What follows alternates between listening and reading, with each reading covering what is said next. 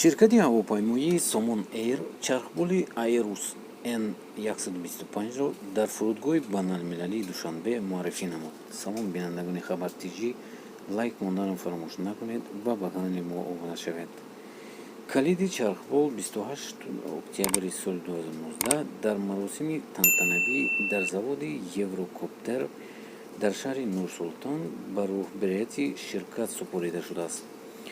бино ба гузориши сомонаи ширкати Somon Air, имрӯз дар маросими муаррифии чархбол дар фурудгоҳи байналмилалии Душанбе, намояндагони ҳукумати Тоҷикистон, корпуси дипломатии муқими Тоҷикистон, ширкатҳои сайёҳӣ ва шарикон ширкат карданд.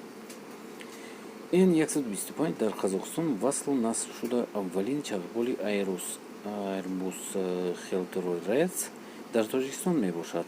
Зимн муаррифии чархбол директори генералии ширкати ҳавопаймоӣ Somon Air Томас Беламин Халлам иттилоъ додааст, ки байни ширкати ҳавопаймоии Somon Air ва ширкати Airbus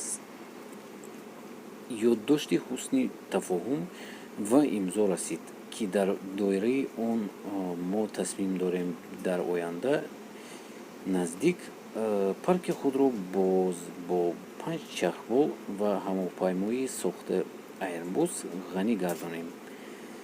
бино ба гузориши манбаъ, N125 дар Қазоқистон васлу насб шуда аввалин чархболи Airbus дар Тоҷикистон мебошад.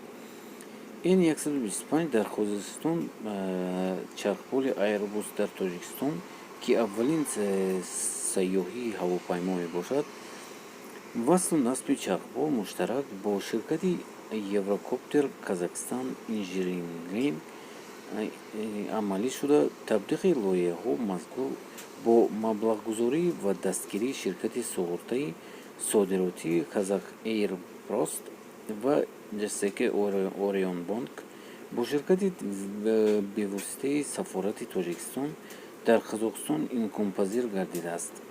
гуфта мешавад, ки чархбол N125 дорои амалиятнокии баланд, аёнатии аъло, ларзиши паст дар кабина буда 5 ҷойи нишасти мусофирон дорад.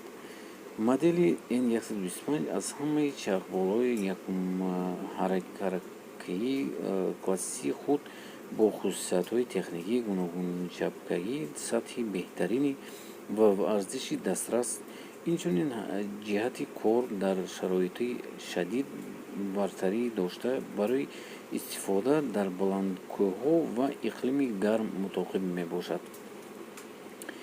зикр гардидааст, ки бо истиқболи Эмомали Раҳмон соли 2019-2021 солҳои рушди деҳот, сайёҳӣ ва ҳунарҳои мардумӣ эълон гардиданд ва чархболи N125 дар баробари ғанисозии парки ҳавопаймоӣ ширкат ҳамчунин ба рушди сайёҳӣ, тиҷоратӣ ва авиатсионӣ дар дохили кишвар муосидат хоҳад кард.